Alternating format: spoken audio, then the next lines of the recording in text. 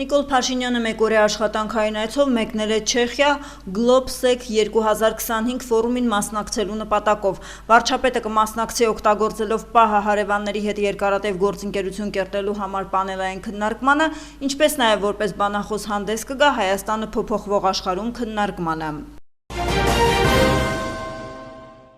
Հայաստանը Ռուսաստանի հետ հարաբերությունները խզելու խնդիր չի դրել իր առջև Չեխիայում հայտարարել է վարչապետ Նիկոլ Փաշինյանը, փոխանցում է Ազատությունը։ Ես ասացի, որ վերջերս մեր խորհրդարանն ընդունել է Եվրամիության անդամակցության մեկնարկի մասին օրենքը։ Հիմա մենք շատ մոտ համագործակցություն ունենք Եվրամիության հետ, բայց մյուս կողմից մենք խնդիր չունենք մեր առջև դրած խզելու հարաբերությունները Ռուսաստանի հետ, քանի որ մեր արտաքին քաղաքականությունը հավասարակշռված է եւ հավասարակշռվում է, եւ դա մեր ռազմավարությունն է, նշել է Փաշինյանը։ Հայաստանի խորհրդարանը մարտին ամբողջությամբ ընդունել է Եվրամիության անդամակցության գործընթացի մեկնարկի մասին օրինագիծը։ Հայ-ռուսական լարվածության համար լրացուցիչ պատճառ դարձած Եվրամիության անդամակցության մեկնարկի մասին օրենքի ընդունումից հետո Մոսկվայից տարբեր բարձրաստիճան պաշտոնյաներ հայտարարել են՝ Երևանը պետք է ընտրի կամ ԵԱՏՄ-ն, կամ Եվրամիությունը։ Նորին Սուրբ Օծություն Տեր Գարեգին II ծայրագույն պատրիարք եւ ամենայն հայոց կաթողիկոսն ընդունել է հունիս ամսից Մայրաթոր Սուրբ Էջմիածնում մեկնարկած հայագիտական եւ կրոնագիտական դասընթացների առիթով Սփյուռքի տարբեր թեմերից ժամանած երիտասարդներին հայտնում են Մայրաթորի տեղեկատվական համակարգից։ Ամենայն հայոց կաթողիկոսի օրհնությամբ Մայրաթորում կազմակերպված դասընթացների նպատակն է զորացնել երիտասարդների հայոց լեզվի եւ պատմության իմացությունն ու հոգեվոր գիտելիքները, ինչպես նաեւ հնարավորություն ընձեռնել հաղորդ դառնալու հայրենիքի հոգեվոր մշակութային ժառանգությանն ու արժեքներին։ Հայորդիների համար կազմակերպվում նաև մշակութային ծրագրեր, ուխտագնացություններ դեպի տարբեր սրբավայրեր։ Զրույցի ընթացքում իր հայրական օրհնությունը բերելով սփյուռքահայ երիտասարդներին նորին սրբությունը ուրախություն է հայտնել Սուրբ Էջմիածնում վերջիններիս համախմբման առիթով, հետաքրքրվել նրանց առօրյայով եւ ուսումնառության ընթացքով։ Իր խոսքում ամենայն հայոց կաթողիկոսը հորդորել է երիտասարդ հայորդիներին համախումբ լինել հայոց եկեղեցու շուրջ, ջանասիրությամբ շարունակել ուսումը եւ ձեռք բերած գիտելիքներով հարստացած իբրև ազգի արժանավոր զավակներ իրենց ներդրումն ունենալ հայրենիքի եւ իրենց աշխարհասփյուռ համայնքների առավել զորացման գործում։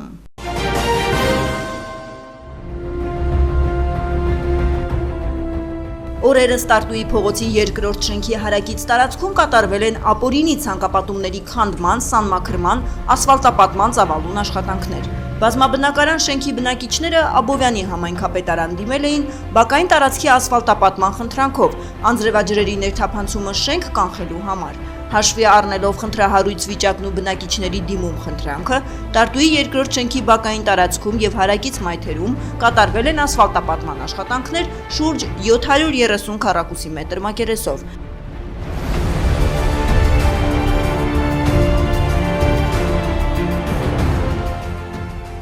Բակային բարեկարգման աշխատանքների ընթացքին եւ որակին տեղում հետևել է համայնքի ղեկավար Էդուարդ Բաբայանը։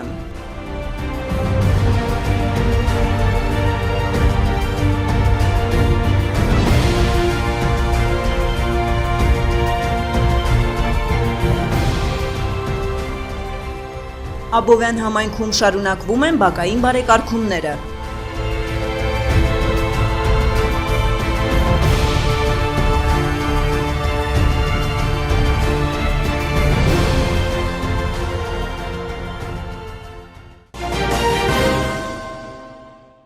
Հունիսի 13-ի գիշերը Իսրայելի պաշտպանության բանակը հայտարարել է առյուծների ազգ գործողության մեկնարկի մասին, որի նպատակն է վնաս հասցնել Իրանի միջուկային եւ հրթիռային ծրագրերին։ Դրանից հետո Իսլամական Հանրապետության մի շարք բանակավայրերում տեղակայված օբյեկտներ ենթարկվել են հարվածների։ The New York Times-ի թերթի թվյալներով իսրայելական ուժերը հարձակվել են Թեհրանի շրջակայքում գտնվող 6 ռազմաբազաների վրա։ Մինչդեռ իրանապետական գործակալությունը հայտնել էր, որ Նաթանզ քաղաքում ատոմային օբյեկտի տարածքում տեղի է ունեցել պայթյուն։ Իսրայելի պաշտպանության բանակն այսօր առավոտյան արդեն հայտարարել է, որ Իրանի կողմից ի պատասխան արձակվել է մոտ 100 անօդաչու սարք։ Հայտարարությունը արվել է Իսրայելի պաշտպանության գերատեսչության տելեգրամյան ալիքում։ Զինվորականները նշել են, որ պատրաստ են հետ մղելու հարձակումը եւ գտնվում են բարձր մարտական պատրաստվածության վիճակում։ Իսրայելի ռազմաօդային ուժերի կործանիչները առավոտյան սկսել էին խոցել Իրանից Իսրայելի ուղղությամբ արձակված անօդաչու թռչող սարքերը։ Իսրայելի հարվածներից զոհվել է Իրանի զինված ուժերի գլխավոր շտաբի պետ Բաղերին։ Իրանի զինված ուժերի գլխավոր շտաբի պետ Մոհամմադ Բաղերին զոհվել է Իսրայելի հարձակումների հետևանքով Թեհրանում։ Այս մասին տեղեկացրել է Մեհր եւ Իսնա լրատվական գործակալությունները։ Մոհամմադ Բաղերիի մահվան մասին գրել է նաեւ The Times of Israel-ը, հղում անելով Իսրայելի պաշտպանության բանակի ներկայացուցչին։ Իսրայելը պատրաստ է իրադարձությունների ցանկացած զարգացման, այդ թվում Իրանի հետ լայնածավալ պատերազմի, 10-ին ասել է Իսրայելի վարչապետի գրասենյակի խորհրդական Դմիտրի Գենդելմանը։ Նրան խնդրել են մեկնաբանել Իրանի հետ լայնածավալ զինված հակամարտության հնարավորությունը։ Իսրայելը պատրաստ է իրադարձությունների ցանկացած զարգացման պատասխանել է նա։ Միաժամանակ վարչապետի գրասենյակի խորհրդականը ընդգծել է, որ Իսրայելը առաջին հերթին հույսը դնում է իր սեփական ռազմական ուժերի եւ կարողությունների վրա, թե պաշտպանության, թե հարձակման ժամանակ։ Իրանի Ղոմ քաղաքում բարձրացվել է վրեժի խորհրդանիշ կարմիր դրոշը, այժմ երբ Երուսաղեմը օկուպացրած ահաբեկչական ռեժիմը հատել է բոլոր կարմիր գծերը, այս հանցագործությանն արձագանքելու համար այլևս սահմաններ չկան եւ աստվածային հատուցման ձեռքը կպատժի դաժան ահաբեկչական ռեժիմին եւ նրա կողմնակիցներին, հայտարարել է Իրանի զինված ուժերի գլխավոր շտաբը։ Իրանի հոգևոր առաջնորդ Այաթոլլա Ալի Խամենեին կոչով դիմել է իր ժողովրդին։ Իրանի վսեմ ժողովուրդ, սիոնիստական ռեժիմն այսօր առավոտյան իր կեղտոտ եւ արյունոտ ձեռքը երկարեց մեր սիրելի երկրի դեմ նոր հանցագործությամբ, ավելի քան երբևէ բացահայտելով իր չար էությունը եւ թիրախ դարձնելով բնակելի կենտրոնները։ Ռեժիմը պետք է սպասի խիստ պատժի։ Իրանի Իսլամական Հանրապետության զինված ուժերի հզոր ձեռքը Աստծո կամքով նրան հանգիստ չի տալու թշնամու հարձակումների հետևանքով մի շարք հրամանատարներ եւ գիտնականներ նահատակվել են։ Նրանց փոխարինողներն ու գործընկերները անհապաղ անցել են իրենց պարտականությունների կատարմանը։ Սիոնիստական ռեժիմը այս հանցագործությամբ իր համար պատրաստեց դառը եւ ցավալի ճակատագիր, որը հաստատ կստանա։ Նշենք, որ Իսրայելի պաշտպանության բանակը հայտարարել է Իրանի միջուկային օբյեկտներին հարվածելու մասին, իրանական կողմը պաշտոնապես հայտարարել է հիվանդանոց տեղափոխված 50 քաղաքացիական անձանց վիրավորման մասին։ Նրանցից 35-ը կանայք եւ երեխաներ են։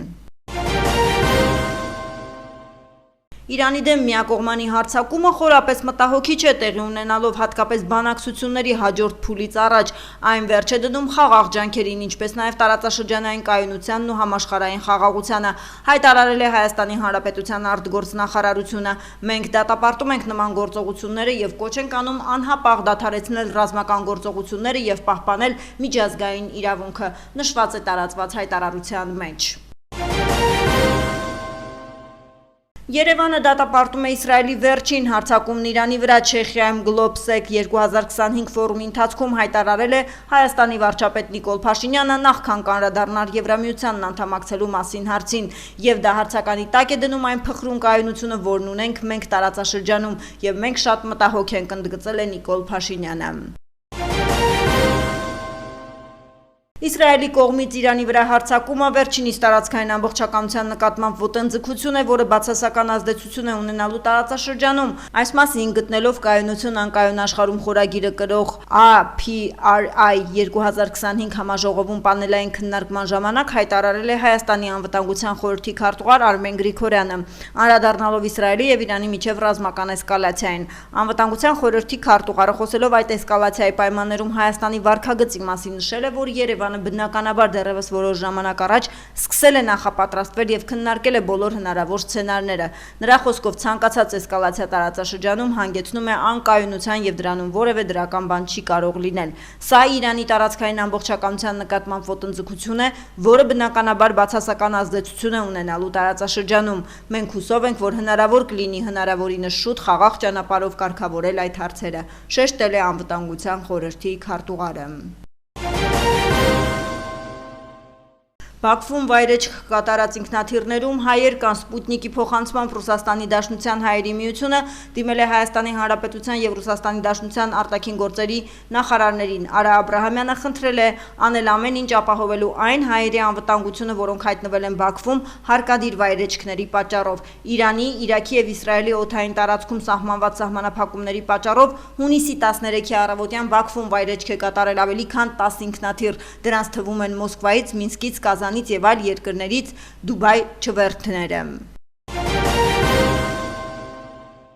ՆԱՏՕ-ն չի կարծում, որ աշխարհը մոտեցել է միջուկային պատերազմին Իսրայելի կողմից Իրանին հարվածելու հետևանքով։ Այս մասին հայտարարել է ՆԱՏՕ-ի գլխավոր քարտուղար Մարկ Ռյուտեն Ստոկհոլմում կայացած մամուլի ասուլիսում, որտեղ նա ժամանել էր Բիլդերբերգյան ակումբի նիստին մասնակցելու համար։ ՆԱՏՕ-ի բոլոր երկրներն արդեն աշխատում են լարվածության թուլացման ուղղությամբ, ասել է նա պատասխանելով այն հարցին, թե արդյոք աշխարհն ավելի մոտ էր միջուկային պատերազմին Իսրայելի կողմից Իրանին հարվածելուց հետո։ Սա Իսրայելի կողմից միակողմանի գործողություն է, ՆԱՏՕ-ի դաշնակիցները եւ առաջին հերթին Միացյալ Նահանգները պետք է նպաստեն լարվածության թուլացմանը։ Ես գիտեմ, որ նրանք արդեն դա անում են, ասել է Ռուտեն։ Նա ընդունել է, որ իրավիճակը արագ զարգանում է եւ դժվար է կանխատեսել, թե ինչ կլինի հաջորդ 24-ից 48 ժամվա ընթացքում։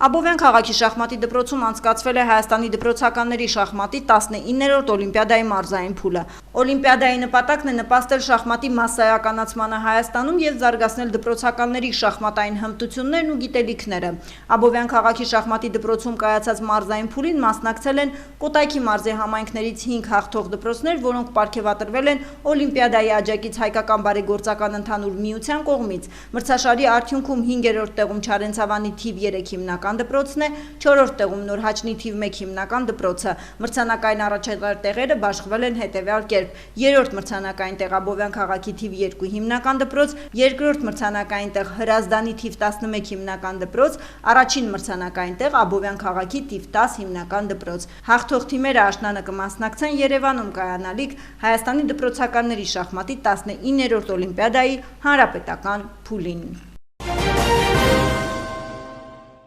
Օպերատիվ իրավիճակը հանրապետությունում հունիսի 12-ից 13-ին համաձայն որի բացահայտվել է 156 հանցագործության դեպք, որից 6-ը նախկինում կատարված։ Նախկինում կատարված հանցագործություններից բացահայտվել է անձնական ունեցվածքի գողության 5 դեպք, մարմնական վնասվածք պատճառելու 1 դեպք։ Հայտնաբերվել է 7 հետախուզվող, 1 անհետ կորած, գրանցվել է զենք զինամթերքի կամավոր հանձնման 1 դեպք։ Ճանապարհատրանսպորտային պատահարների վիճակագրության համաձայն անցած 1 օրում գրանցված 10 ավտովթարի հետևանքով 13 մարդ ստացել է տարբեր աստիճանի մարմնական վնասվածք։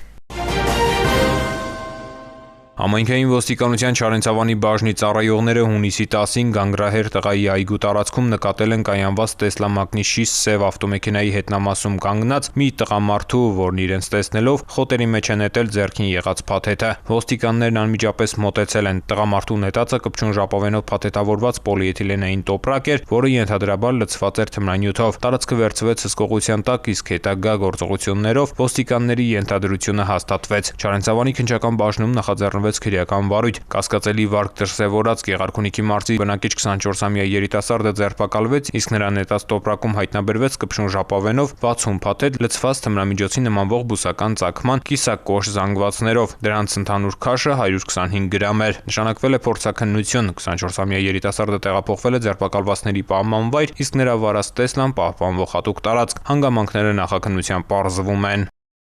Ծանուցում ենթադրյալ հանցանքի մեջ կասկածվողը կամ մեղադրվողը համարվում է անմեղ, քանի դեռ նրա մեղավորությունը ապացուցված չէ Հայաստանի Հանրապետության քրեական դատավարության օրենսգրքով սահմանված կարգով, դատարանի օրինական ուժի մեջ մտած դատավճռով։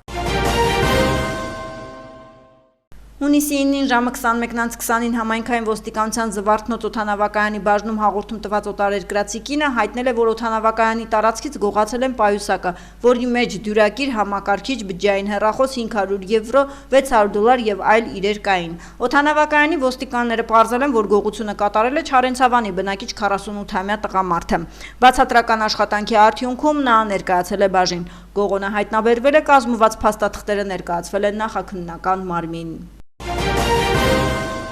Հայտարարագիրը ստացել ենք ամսի 1-ին արդեն ժամը 1-ի դրությամբ։ Օրվա ցանկացած ժամի, լինի աշխատանքային, տոնական թե հանգստյան օրերին 24/7 ռեժիմով արտաքին տնտեսական գործունեության մասնակիցներն այլևս կարող են կազմակերպել իրենց ապրանքների արտահանման գործընթացը։ Պետական եկամուտների կոմիտեն մաքսային բարեփոխումների շրջանակում հոգու տնտեսվարողի հերթական նախաձեռնությամբ է հանդես եկել։ Հունիսի 1-ից մաքսային մարմինները արդեն շուրջօրյա ծառայություն են մատուցում, խոսքը գնում է երկրի ներսում արտահանումներ, ներառյալ դեպի ԵԱՏՄ երկրներ, այդ ապրանքների նկատմամբ մաքսային հսկողության իրականացման առումով մինչ այդ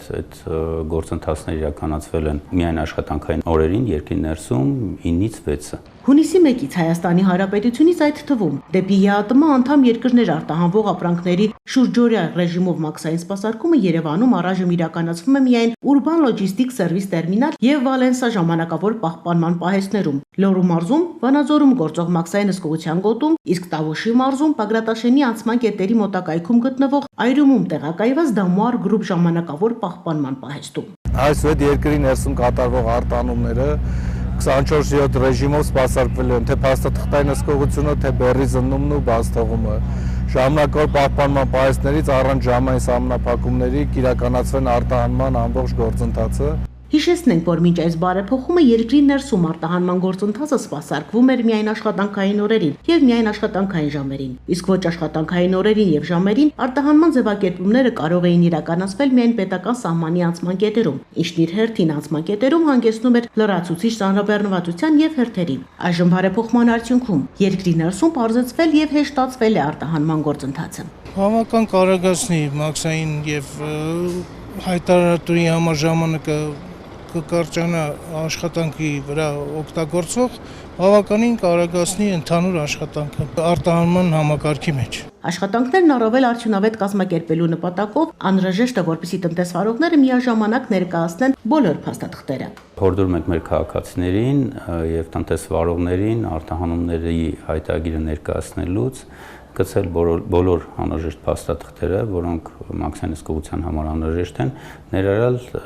եթե կան վճարումներ, ասենք պետտուրք եւ այլ վճարներ, անպայման վճարման անդորրագրերը նույնպես գցել, որպեսզի այդ գործընթացը process-ը լինի շատ ավելի արագ, սահուն։ Այսպես, մաքսային մարմնի կողմից երկրի ներսում արտահանման ենթակա ապրանքներն ընդունվում, սպասարկում եւ բաց են թողնվում շաբաթվա բոլոր օրերին եւ ժամերին։ Գործառույթն իրականացվում է մաքսային մարմնում հատուկ այդ նպատակով առանձնացված աշխատանքային խմբի կողմից։ Կցված փաստաթղթերում անճշտություններ չգտնելու պարագայում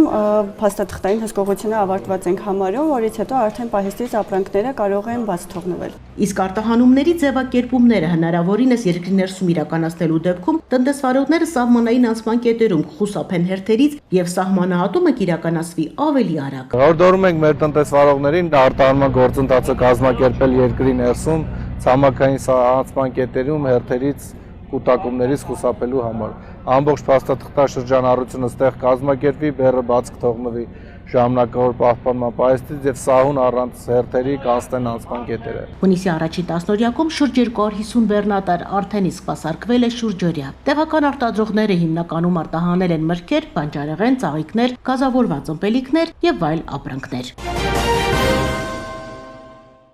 Հանրապետության տարածքում հունիսի 18-ի կեսօրից հետո, հունիսի 14-ից 17-ի գիշերը եւ կեսօրից հետո առանձին շրջաններում սպասվում է կարճատև անձրև եւ ամպրոպ։ Հնարավոր է նաեւ կարկուտ։ Քամին արևմտյան 2-ից 5 մետր/վայրկյան, ամպրոպի ժամանակ սպասվում է քամու ուժ գնացում 18-ից 22 մետր/վայրկյան արագությամբ։ Օդի ջերմաստիճանը հունիսի 14-ին աստիճանաբար կբարձրանա եւս 2-ից 4 աստիճանով, հունիսի 16-ին կնվազի 4-ից 6 աստիճանով։